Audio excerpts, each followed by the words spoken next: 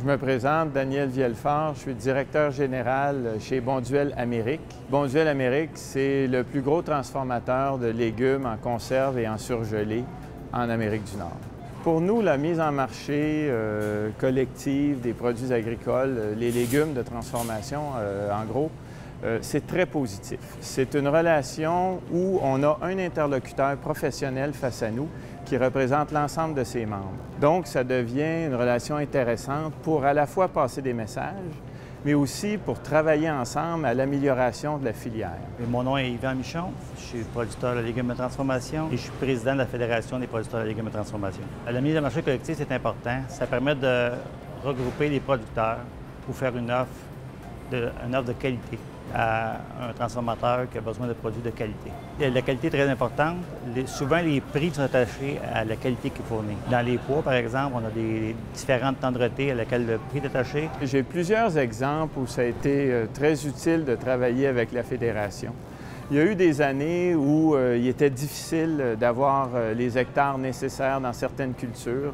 Eh bien, la Fédération, avec la connaissance des membres qu'ils ont, peuvent intervenir, aller chercher des hectares additionnels qu'on a besoin, nous, pour augmenter nos ventes, que ce soit à l'intérieur du pays, mais souvent à l'extérieur aussi, parce qu'on va chercher des gros clients. J'ai un autre exemple aussi qui est l'haricot vert extra fin, une nouvelle culture qu'on a voulu amener ici en Amérique du Nord. Bonduelle, on est un groupe mondial. L'haricot vert extra fin, c'est l'haricot préféré des Européens depuis déjà une quinzaine d'années, et c'est une culture qui n'existait pas ici. Mais le produit existait en Amérique du Nord d'importation d'Europe.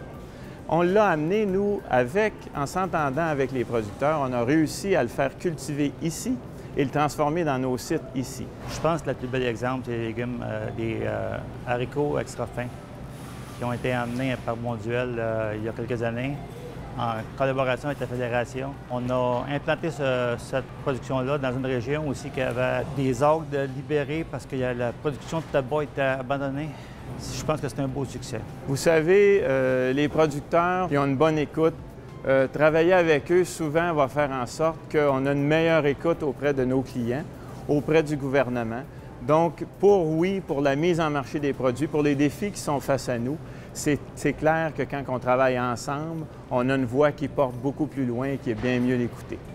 Le fait d'être organisé comme producteur, ça ne peut qu'aider la production. Connaître les problèmes, anticiper les problèmes qui peuvent arriver dans le futur, c'est ce qui fait que la production va durer, je pense, longtemps.